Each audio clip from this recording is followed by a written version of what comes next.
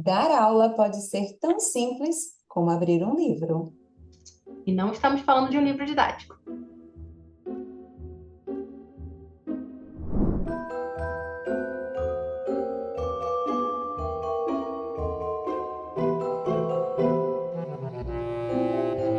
Bem-vindos ao Pod Clássica, o seu podcast sobre educação clássica. Eu sou a Bárbara Lores, diretora de currículo e cofundadora aqui na Academia do Tisdomus, que é uma plataforma com aulas online ao vivo de todas as matérias em um ambiente seguro e livre de doutrinação ideológica. E eu sou Anne Kathleen, professora, escritora e pesquisadora das artes da linguagem. Aqui conversamos sobre como a educação pode ser um caminho para nutrir a mente e ordenar o coração, uma aula de cada vez. No último episódio, nós falamos sobre uma série de motivos que tornam a leitura em voz alta a melhor coisa que você pode fazer pela educação do seu filho. Mas e quando se é professor, né? O que fazer quando você é professor? Você não pode ir na casa do seu aluno e ler em voz alta, certo? Embora às vezes dê vontade de fazer isso. Será que nós podemos trazer esses benefícios da leitura em voz alta para dentro da sala de aula? Com certeza. Inclusive, a gente teve já alguns episódios anteriores. Se você não assistiu, não se preocupa, a gente deixa aqui na descrição. Mas nesse episódio a gente falou exatamente, né, como dar essa centralidade para a verdade na aula, que no fundo é trazer a leitura para o centro da aula, né, para o centro dessa boa aula. No fundo, assim, quando a gente investe tempo de aula em leitura, o que que a gente está fazendo? A gente está sinalizando para os nossos alunos a importância que ela tem.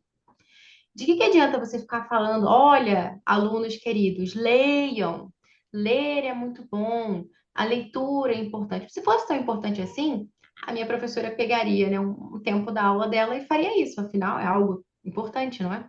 Então, como que a gente vai ficar cobrando dele se a gente não dá o exemplo? Quando a gente fala de leitura em voz alta na sala de aula, às vezes pode parecer uma coisa meio estranha, né? Não é uma coisa que a gente tem muito contato, pelo menos não no nosso dia a dia, na experiência normal das escolas regulares por aí, né? No meu dia a dia eu tenho bastante contato com leitura em voz alta em sala de aula, a Anne também.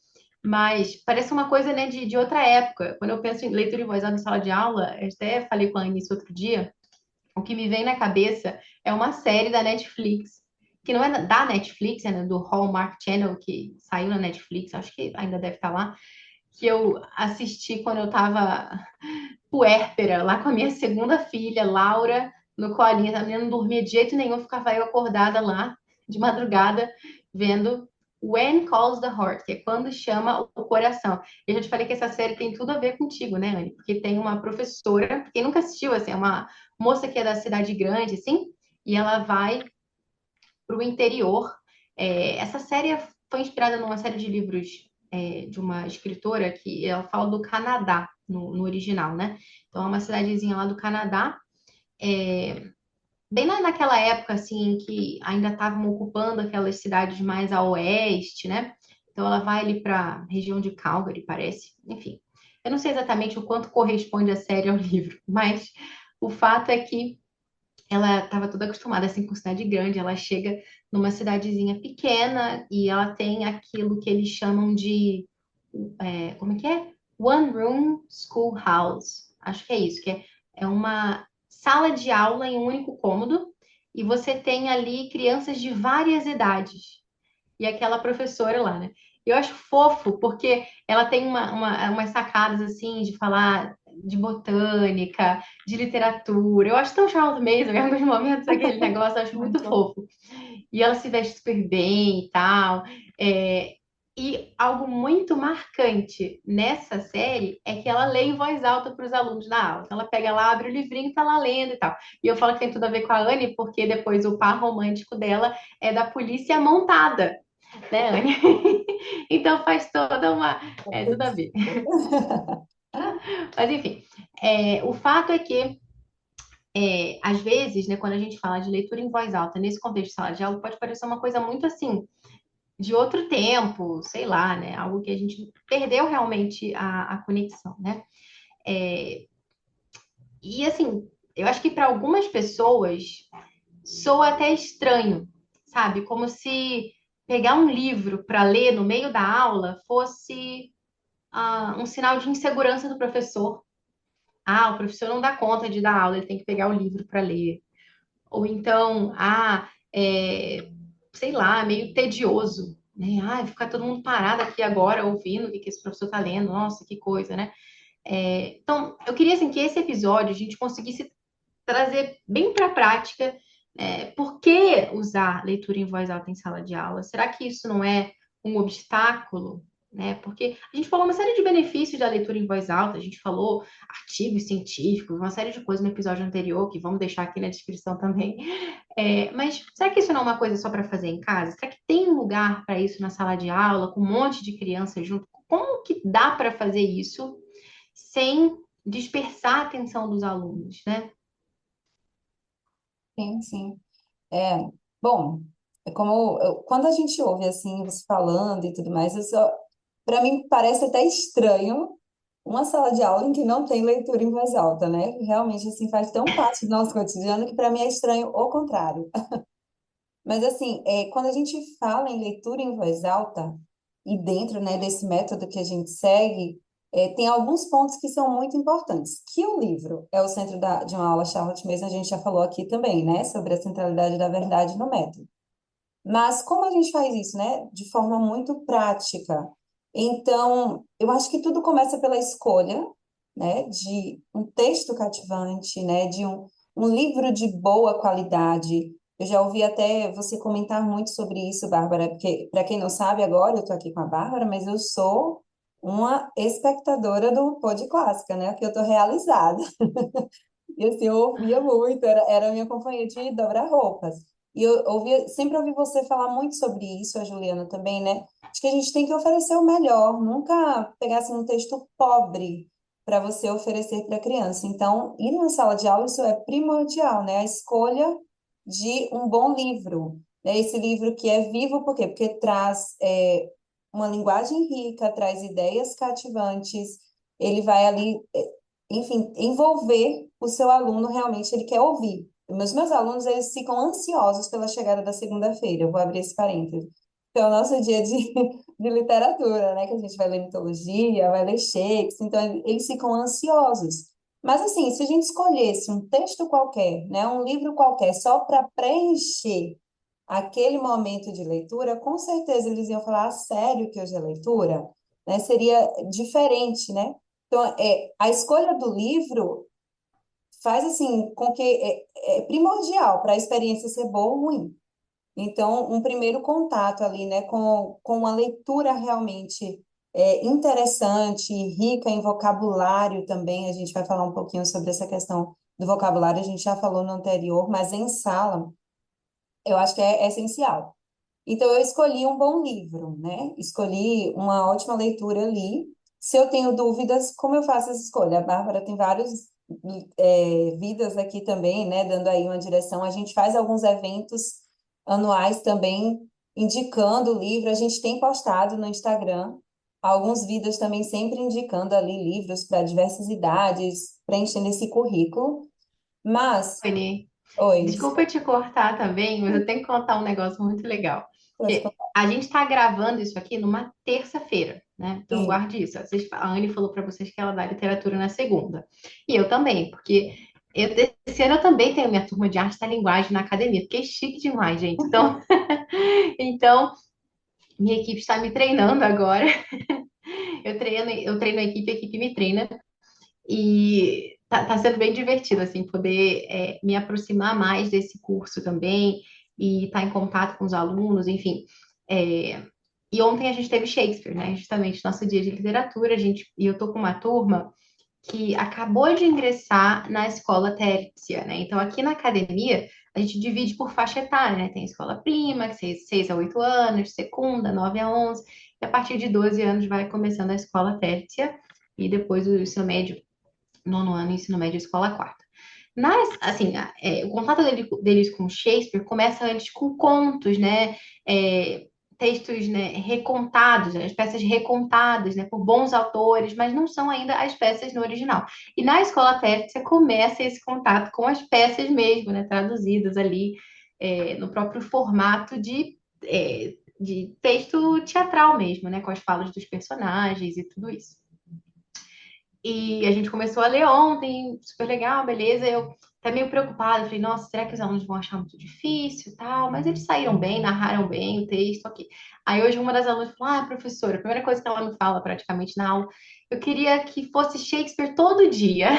Ah, que bom, que bom, né? Que a gente está conseguindo entregar isso para os nossos alunos. Então, se você tem curiosidade também, né, de saber como que é o nosso curso de arte da linguagem, por que que a gente chama ele assim, né? Não é aula de português, não, é arte da linguagem. Por quê? Porque é aula todo dia e a gente consegue cobrir um currículo super completo, né? Então, a gente tem um dia dedicado a Shakespeare, tem um dia dedicado a Camões.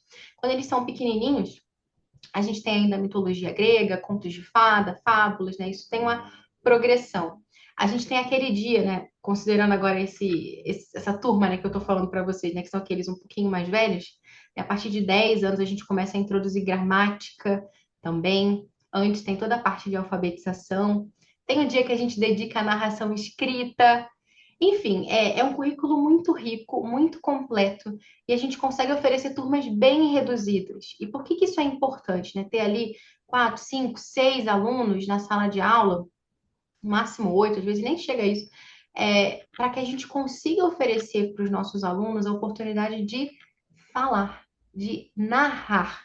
Porque aqui a gente acredita muito nisso, como vocês viram já nos vídeos anteriores, né? Que a apreensão do conteúdo, daquele aprendizado, se dá na medida em que eu consigo colocar em palavras, contar com as minhas palavras, né? Às vezes, seja oralmente, seja por escrito, seja dramatizando, enfim, mas eu preciso tornar aquilo algo próprio. Isso com 40 alunos, só assistindo passivamente um professor fazendo uma palestra, não dá.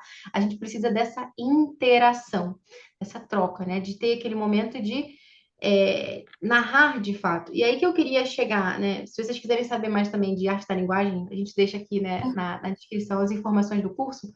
Mas você acha, Anne, que tem alguma coisa a ver isso de, de narração como um elemento que de fato puxa a atenção deles durante a leitura em voz alta? Como que você acha que isso funciona assim na prática? Total, porque primeiro que eles sabem que nas nossas aulas a gente só lê uma vez. Então, eles nunca sabem quem vai ser chamado para narrar, em qual momento, né, você vai chamar para narrar. E, e ainda tem esse dia, né, também da narração escrita, que às vezes a gente traz, resgata esse texto que foi lido na segunda-feira. Então, assim, isso é fundamental para a atenção, porque, olha, se a professora, né, pode pedir para que, de repente, eu conte com as minhas palavras o que eu me lembro sobre a leitura, eu tenho que prestar atenção. E eu acho que isso até, Bárbara, aqui já é uma opinião, assim, bem particular mesmo, isso é mais para o início, né? Um início, assim, de quem está entrando nessa aula e descobrindo esse universo literário. Depois eu acho que eles são apaixonados mesmo e acabam prestando atenção, porque gostam da leitura, porque a leitura é boa. Mas no início tem isso, né? Ah, isso eu vou prestar atenção, porque a gente não repete a leitura, né? Justamente porque a narração é um exercício da atenção, da escuta, da capacidade de eu ouvir esse texto, como eu agora formulo isso, né, e conto com as minhas palavras. E, mas também para que isso aconteça, eu também tenho que ter essa boa percepção de quanto eu vou ler numa aula. Então, nem vou ler de mais, nem vou ler de menos, porque se eu ler de menos, eu não estou dando material suficiente, né, para que todos, nós queremos ouvir a todos, como a Bárbara bem falou das nossas turmas, né, pequenas. Então, eu não estou dando material suficiente ali, né, para que todos narrem com riqueza, consigam estruturar bem, o que eles gostariam de contar sobre, ou o que eles se lembram sobre. E se eu leio demais, então, se eu for ler, por exemplo, todo um ato de Shakespeare, não uma ou duas cenas, eles não vão se lembrar assim, vão se lembrar possivelmente ou do começo ou do final. O meio se perde, né? Ou um fato assim que chamou mais atenção. E essa não é a intenção, né, da leitura. A gente quer que eles extraiam da leitura em voz alta o máximo possível. Então, assim, a gente traz isso para a sala de aula, mas como a gente já comentou também sobre a questão do vocabulário, A gente gosta que, não só a gente gosta, faz parte do método, né? O nosso aluno, para ele ter contato e extrair o melhor possível dessa literatura riquíssima, ele precisa estar preparado para isso, né? Então, ele tem que chegar lá e saber o que é um caramanchão, que tinha ontem, né, na leitura de Shakespeare. O que é um caramanchão? Interessante que depois eu fui passear e passei por debaixo de um caramanchão. Eu falei, olha, um caramanchão. Então, eu queria que você comentasse, Bárbara, como a gente traz, né, esse vocabulário para a sala de aula, para que essa leitura em voz alta é, seja realmente assim bem aproveitada por esses alunos. Certo. Antes só de eu falar dessa questão do vocabulário, eu queria só comentar um outro aspecto que passou nisso que você estava. Enquanto você dizia algo que me ocorreu aqui, né? Nem ler de mais e nem de menos. Às vezes, as pessoas elas confundem narração com paráfrase, tá? Então, isso é interessante. Uma vez eu vi até um artigo mesmo, né, tem um site chamado Charles Mason Poetry, que eles resgatam vários textos antigos dos arquivos lá das escolas da Charles Mason e divulgam isso, né? E agora, gente, com o chat GPT não tem desculpa, né? Dá para traduzir qualquer coisa. Eu vou ver se eu acho esse artigo e compartilho com vocês, mas era um texto em que havia me parece que era um diretor de escola, posso não me lembrar dos detalhes exatos agora para compartilhar com vocês, porque eu nem preparei para falar isso hoje, mas me lembrei agora. Era um diretor de escola que ele visitou uma série de escolas que estavam usando narração, apoiadas nesse método da Charles Mason, e ele foi notando algumas dificuldades que ele encontrava, ou usos inadequados do método, uns problemas. E ele compilou, assim, essa exposição, e parece que foi uma palestra, um discurso que ele fez, e depois isso ficou registrado por escrito. Mas uma das coisas que ele falava era que em uma escola, ou algumas escolas que ele visitou, havia essa percepção incorreta. Então, as professoras, elas liam um texto bem curtinho, porque elas tinham como objetivo que os alunos praticamente repetissem, com outras palavras, talvez, aquilo que o autor disse, quase como um papagaiozinho, sabe? Ou repetisse literalmente, ou repetisse, diga com outras palavras essa mesma coisa. E não é isso que é a narração. A gente já tem episódios anteriores aqui também sobre isso, veja lá no canal, um dos mais recentes aqui. Mas a narração é esse exercício de digestão, praticamente, sabe? Você recebeu o alimento que foi a leitura e você vai processar isso internamente de maneira que você consiga devolver, né? Como a abelhinha, né? Que ela regurgita ali aquele negócio. E o néctar ele devolve sob a forma de mel. Então, para isso, você precisa ter entendido, você precisa ter assimilado e você está falando de algo que está dentro de você, sabe? A boca fala daquilo que o coração está cheio. Ainda que você discorde do autor, você precisa ter entendido o que o autor disse para poder falar, olha, é disso que se trata, né? Eu só posso criticar uma coisa se eu entendo o que a outra pessoa falou também, né? Então eu preciso colocar isso nas minhas palavras e tantas coisas acontecem ao mesmo tempo internamente, né? Precisa colocar ali uma ordem, né, temporal, início, meio e fim, causas e consequências, entender o que está acontecendo de fato, para que se você não entende, você não consegue colocar de fato, com as suas palavras, um texto longo. Assim, digo assim, uma frase ou duas, você até consegue repetir, né? É, tem tanta música que o pessoal canta aí e nem entende do que está falando. Veja o hino nacional, por exemplo, né? Você pode memorizar umas sequências de palavras sem entender do que se trata. Agora, uma passagem mais longa, né? Aquilo que a Charles Mason chamava de episódio, né? Uma coisa, uma cena, né? Um evento, uma coisa que tem ali um desenrolar não é tanto uma questão de quantidade de linhas aqui, vai depender um pouquinho do texto. Tem texto que um parágrafo você precisa parar já para narrar, porque depois você não dá conta, né? Tem outros que dá para você seguir mais, enfim.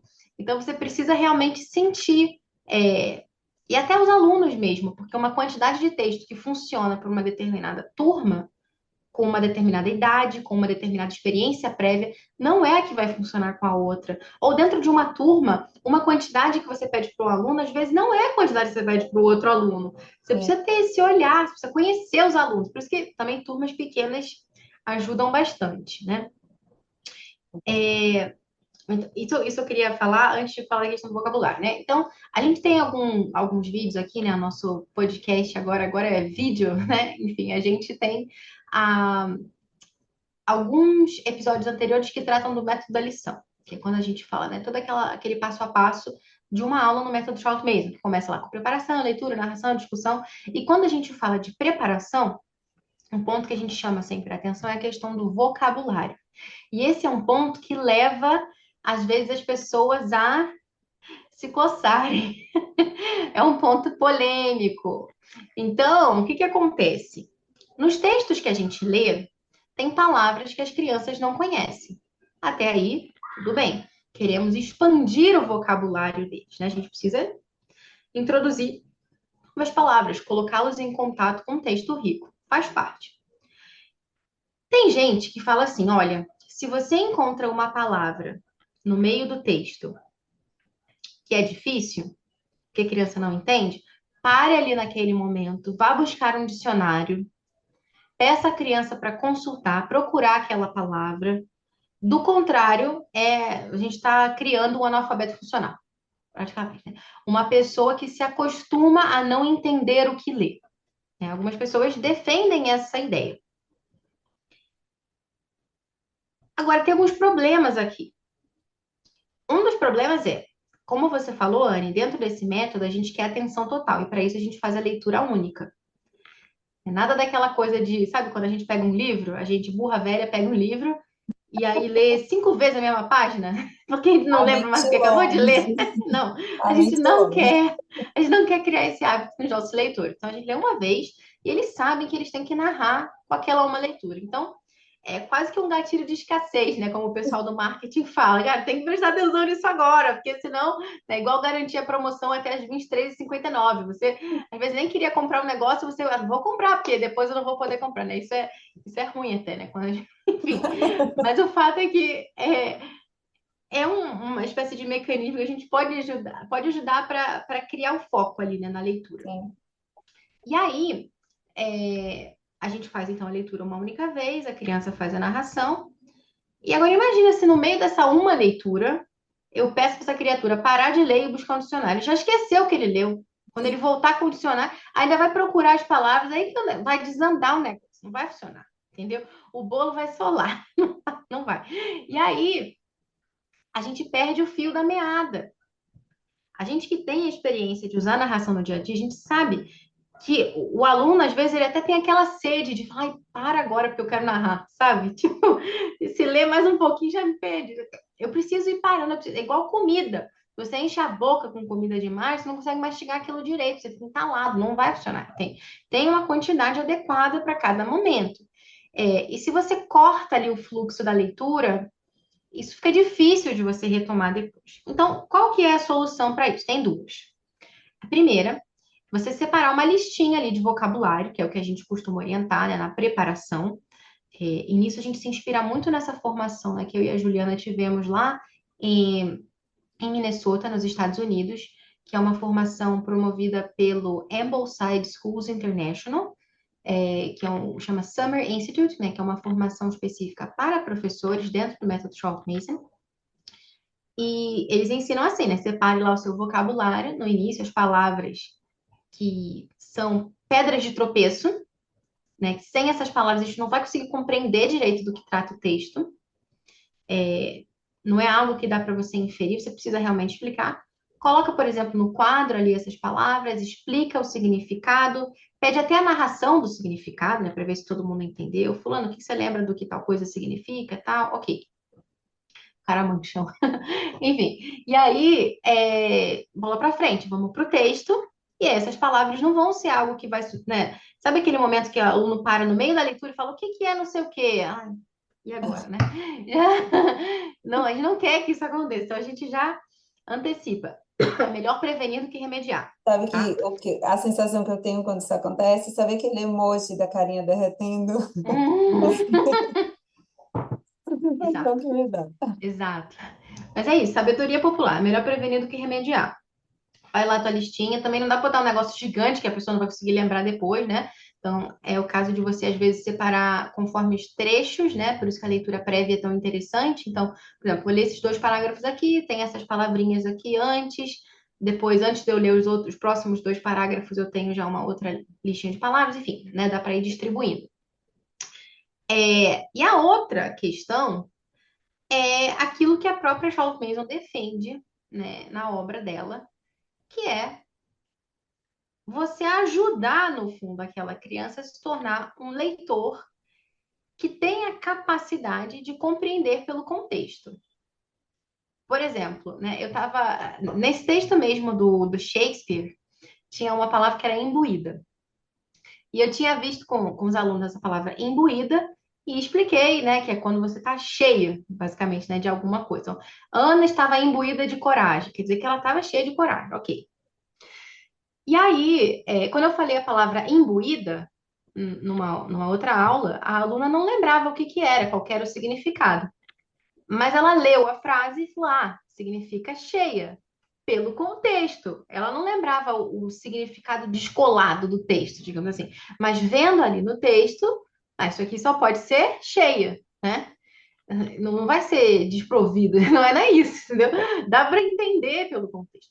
E um leitor, ele precisa ter essa capacidade também de se localizar, sabe? É igual quando você está andando na rua, você tem que ter aquela noção de, sabe, eu não sei onde eu tô, tá? Eu tô perdido. Mas eu consigo olhar em volta. Eu tô olhando as placas, eu sei, olha, ali é uma rua, ali tá passando o carro, a mão é para lá, ali tem um ônibus de tal cor, eu sei que ali atrás de mim tem um shopping, então eu sei que aqui tem uma loja que eu consigo pedir alguma coisa, eu sei onde eu tô, sabe? Eu consigo me situar, não estou perdida no deserto. Não é assim também, sabe? Então, o bom leitor, ele tem a capacidade de se localizar. Isso é uma coisa que a gente tem que treiná-los também, a conseguir inferir pelo contexto. Isso é uma habilidade que é rica também, que é boa e que pode ser desenvolvida. Então, é, muitas vezes o dicionário pode funcionar como uma muleta e a gente não quer que isso aconteça também durante a leitura. Então, se é algo que a gente pode inferir pelo contexto, vamos inferir pelo contexto. Se é algo que a gente precisa realmente saber e não dá para saber pelo contexto, por exemplo, é, ou que tem é rico a gente poder de repente até mostrar uma foto para ver esse caramanchão, né? Se você não entende exatamente o que é caramanchão, não é que você perca totalmente o sentido daquilo que está sendo dito, mas é interessante você saber o que é um caramanchão. Você vê a foto, tá? Que legal. Igual que você andou na rua e viu um monte de caramanchão, você descobriu que Passei tinha várias caramanchão. vezes e não sabia que tinha Exato, nome. exatamente. Então, é, essa é a minha orientação, né, com relação ao vocabulário mesmo na aula. Legal, muito bom. Deixa eu te fazer uma pergunta. Tá. Ainda sobre leitura em voz alta na sala de aula. Quem que faz essa leitura em voz alta? É o adulto, é o aluno, quem que é? Bom, em sala de aula, isso também vai variar a depender da maturidade, da turma, né? Então, a gente pode falar assim, a partir de tal idade eles podem ler, depende da turma também, né? Então, assim, da fluência do aluno. Aqui nas aulas de artes da linguagem, então, até a escola, o final da escola secundária, que seria ali no sexto ano, né? Alunos ali de 12 anos, mais ou menos 11 para 12 anos, quem lê em voz alta é o professor. Então, por quê? Mais uma vez, precisa ser uma leitura fluida, né? As palavras, elas precisam ser lidas corretamente, a pontuação respeitada para que faça sentido, porque uma leitura também que não é bem feita, não faz sentido. Se a gente for num aluno pequenininho, pior, né? O esforço dele vai ser em decodificar ali as palavras e não em prestar atenção realmente ao que está sendo lido. Então, aí é sempre o professor, né?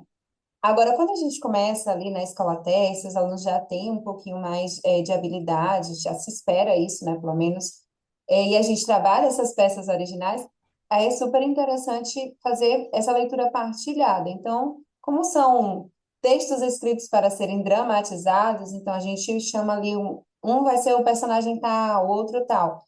Mas aí, Bárbara, o que eu costumo fazer é quando tem palavras que podem criar alguma dificuldade, eu apresento para eles antes também. Olha, essa palavra aqui, né? se fala dessa forma, ou o nome de algum personagem ou de algum lugar, porque aí a gente consegue. Vaiola. É vaiola, exatamente, é vaiola e não viola. Chama ali a viola. A gente está falando de muito dessa peça de Shakespeare, a gente vai ter que deixar a dica depois da peça, né? Qual é? Então, assim, Noite de Reis, Noite de Reis. Bota o link afiliado aí, gente. Compra pelo link afiliado. Não sai mais caro para você e você ajuda o podcast. pois é. Mantenha o Pod Clássica no ar. Então, esses alunos que já têm essa capacidade, e assim, também cada turma vai variar um pouco. Então, às vezes, tem um aluno que apresenta uma certa dificuldade ali na leitura, e aí a gente vai dessa forma, né, apresentando as palavras, dizendo mais ou menos ali, guiando para que a leitura seja bem feita e que todos consigam entender. Então, em regra geral, assim, a depender da idade, só quem lê é o professor vão ficando um pouquinho mais velhos, eles já podem ler também, assim, dividindo ali a leitura. E eles gostam muito, né, de dividir a leitura, eles gostam bastante. Mas eu queria agora também trazer, assim, resgatar algo que a gente comentou no episódio passado, né, que nós falamos assim, tanto a quantidade, né, de leitura, a qualidade e a quantidade são importantes, né, ambos são importantes.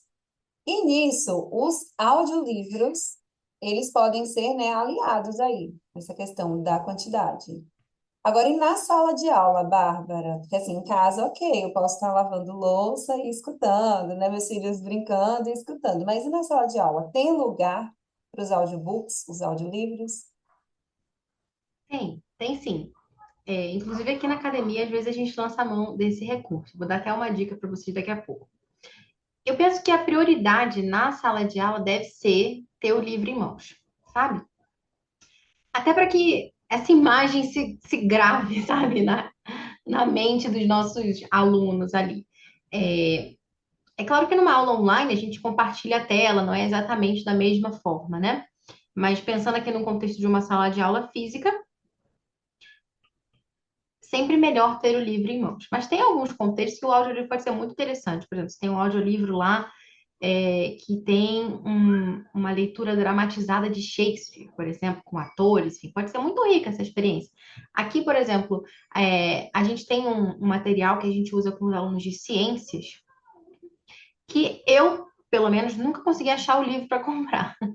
Mas a gente tem o acesso ao audiolivro no YouTube mesmo, que chama No Mundo do Infinitamente Pequeno, que conta uma leitura super rica, cativante, que conta as aventuras de uma hemácia pelo corpo humano. Ela vai lá no submarinozinho dela, ela é uma hemácia vaidosa, inclusive, porque ela passa rouge para ficar vermelhinha e ela vai lá toda bonitona e ela encontra o Leucócito, que é da Marinha, e anda de farda branca protegendo o corpo humano, né? Muito legal. E no final, ela termina, digamos assim, o serviço dela, ela tem que começar a catar lixo, que é o gás carbônico. E quando ela vai fazendo isso, ela vai ficando roxa. Aí ela fica péssima, assim, se ele encontrar ela, ela não quer de jeito nenhum ser vista daquele jeito, né? Ela tem que ser vista vermelha, enfim. E ela vai passando por... É muito legal, muito legal. Explica toda a operação de defesa do corpo quando tem uma febre, por exemplo, os soldados antibióticos, que é muito legal. Eu nunca vi isso para comprar em livro, mas a gente tem um audiolivro no YouTube, então a gente usa. É muito bacana. E a gente usa também com preparação, audioleitura, ou escuta, né? Narração, discussão. A gente já fez isso também, uma vez com o áudio até do Clubinho Literário, né? Você lembra, Anne? O Shakespeare também, sim, lembro. Acho que foi recente, foi no ano passado, a gente utilizou, os alunos gostavam muito. Muito, Sim. porque a voz diferente também, né? Uma voz diferente. Eu lembro que um aluno comentou assim: Nossa, eu achei muito engraçado. Ele falou: Essa voz dele é tão satisfatória. Ele Quase disse um que é ASMR do Shakespeare. é prazerosa, né? Uma voz Pois gostosa é. de se ouvir. Enfim, então sim, tem lugar para os audiobooks. Legal, muito bom. E assim, Bárbara, a gente falando, né? A gente, enfim, utilizou aqui dois episódios para falar especificamente da leitura, porque da leitura e dos livros a gente sempre fala. E como a gente comentava no início, né? Para a gente é estranho uma sala de aula que não tem leitura, e eu imagino que também, assim, na sua rotina. É estranho pensar em famílias que não leem, né? E aí saiu uma notícia, é uma notícia recente, assim, de 2024, que é uma pesquisa que eles fazem, eu não lembro muito bem o instituto, mas enfim, é uma pesquisa para poder avaliar mesmo, quantificar ali, né, o número de leitores no Brasil. Eles fazem essa pesquisa de 4 em 4 anos. E aí, esse último resultado de 2024, né, ele apontou que o Brasil tem 7 milhões a menos de leitores. Então, assim, foi uma perda significativa, né? E além de ter perdido, né, de 2019, mais ou menos, a 2014, 7 milhões, perdão, 7 milhões de leitores, a pesquisa mostrou que 53%, ou seja, mais da metade, sequer leram parte de uma obra. Assim, pelo menos no 3, 4 meses ali antes da pesquisa. Então, assim, não é que eles, 53% só leu um livro. Não leu nem metade de um livro. Então, assim, mais da metade da população brasileira, né?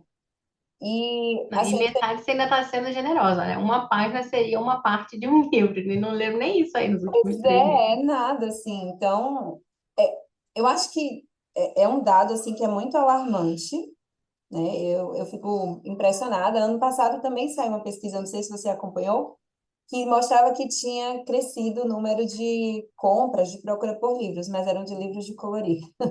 Então, ali foi a febre do Bob Goods. E, então, assim, não tem problema livro de colorir, mas ele não ocupa o espaço de uma leitura, né? E aí tem um dado, né, que vem ao encontro do que a gente está falando aqui hoje, da leitura em sala de aula, né?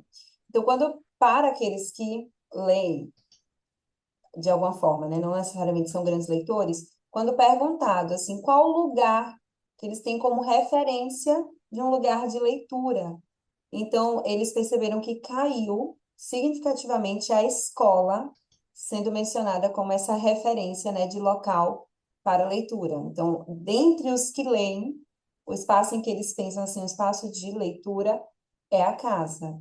Então, eu acho que também isso é um dado, né, para se refletir bastante. A escola era para ser também, né, a escola é para ter um espaço para isso, bibliotecas e tudo mais, as salas de aula serem essa referência, né, essa lembrança. Quando eu penso em boas leituras, eu penso na aula de Shakespeare que a Bárbara dá dia de segunda-feira. Então, eu me lembro da Academia DD e os outros, né, lembrarem das escolas ali em que eles estudam. E, assim, isso foi marcado como algo de agora, né? Um momento assim, foi a primeira vez, desde que eles começaram a mensurar, foi a primeira vez em que teve essa queda tão significativa de leitores. Não sei se você gostaria de comentar algo sobre esses dados, já tinha, lido e refletido um pouco sobre esses dados. Não, é muito impressionante mesmo, assim, né? Mais da metade das pessoas que foram entrevistadas afirmaram não ter lido sequer uma partezinha de um livro nos últimos 3 meses. Eu acho que foi até generoso. Eu acho que eu diria que foi, eu diria que é mais de 70% talvez da população que não lê, né?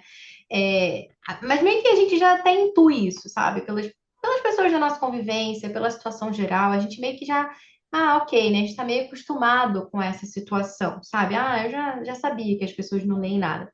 Mas eu queria te mostrar um negócio, Anne, e com isso eu quero inaugurar um novo quadro aqui do nosso podcast, que é um vídeo da década de 70, perguntando para os trabalhadores na rua quantos livros eles liam.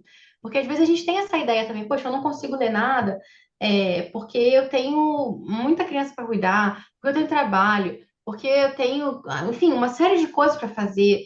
O meu dia é muito cheio, eu não consigo tempo para ler.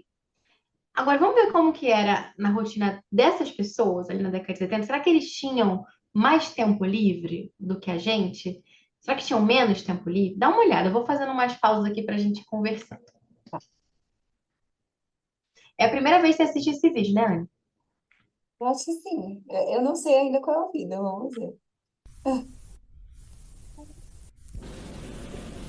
O senhor gosta de ler? Gosto muito de ler, todo tipo de leitura que traz algum esclarecimento, instrução, aquilo que possa nos ajudar a facilitar a nossa própria vida. Agora, o senhor tem algum tipo especial de leitura que o senhor prefira? É ciências em geral. O senhor lê quantos livros por mês? 2 em média.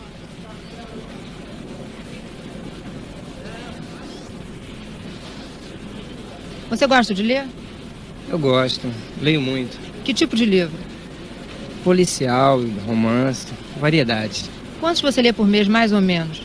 Uns 15 a 20 volumes. Você compra Tu esperava isso? Não, não, É confesso um fã da Agatha Christie que eu aqui. ia falar isso agora. Olha só, Crimes Gente, ABC com certeza tá na lista dele. gente, é muito impressionante. 15 a 20 livros esse homem lê por mês. Por mês. Ah, com certeza é a Agatha Christie, porque realmente a gente Quando pega eu o livro crescer, eu dela. vou ser igual a ele. Quando eu crescer. esses livros todos? Não, eu compro, né? Sendo que eu sou sócio do Círculo do Livro. Do Círculo do Livro.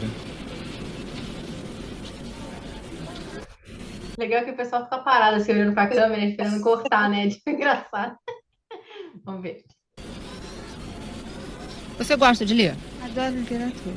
Quantos livros você lê por mês, mais ou menos? 5, 6 livros só, porque não tenho tempo, sabe? Pausa para a reflexão. Guarde isso no seu coração, querido telespectador. Ela lê 5 ou 6 livros por Só. mês só, porque ela não tem tempo. Pois é, e você aí? Seria Mas mais tempo eu leria mais. Se ela tivesse mais tempo, ela leria mais. E que tipo de literatura que você gosta? Eu gosto muito de Machado de Assis. Você assiste as novelas também de televisão sobre livros? Assisto, das 6 sempre do Canal 4. Assisto muito. E só, o fato de ver novela não impedia ela de ler. Então, querido, o fato de você ver sua sériezinha na Netflix não deveria te impedir de ler um livro também. Com certeza.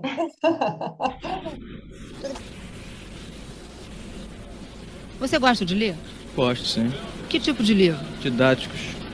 Esse aqui é um caso raro, ele gosta de livro didático. Didático, quem Esse aqui é um gosta? aplauso. Não, não é possível, cara, não é possível. Gente, essa gravata também tá uma graça.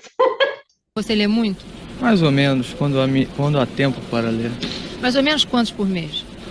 Os 4? Você compra todos esses livros? Não, não. Me adquiro na biblioteca da minha faculdade.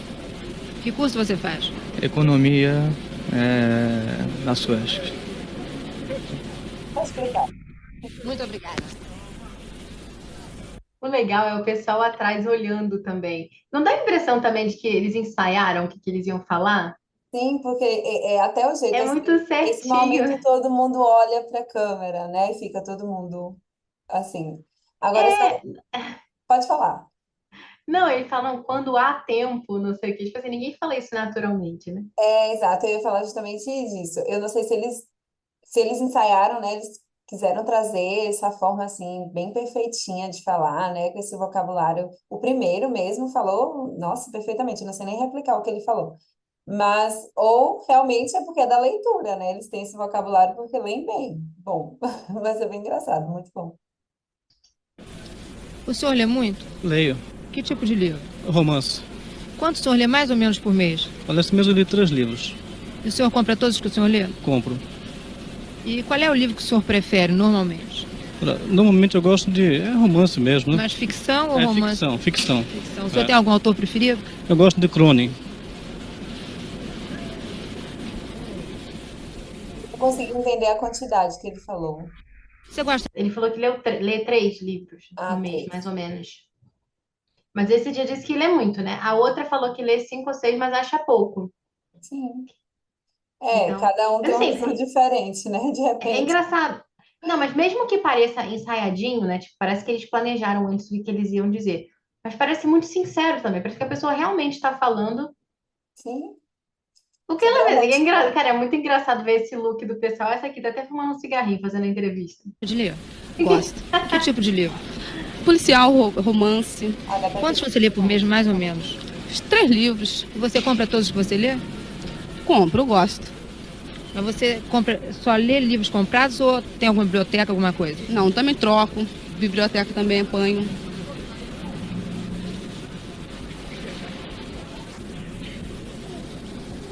Você gosta de ler? Gosto. Que tipo de livro? Romance, né? Tem algum autor preferido? Monteiro Lobato. Quantos livros você lê por mês? 2, 3, depende do tempo que E der. você compra os livros todos que você lê? Compro.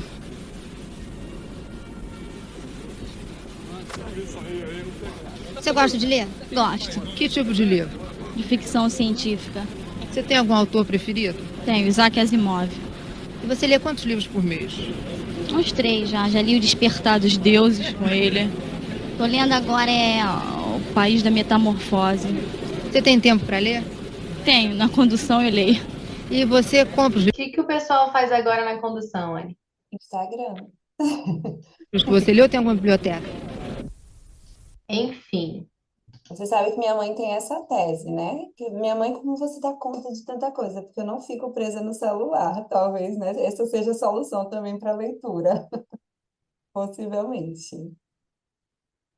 Muito bom. Bom, mas acho que foi, né? Já conversamos bastante.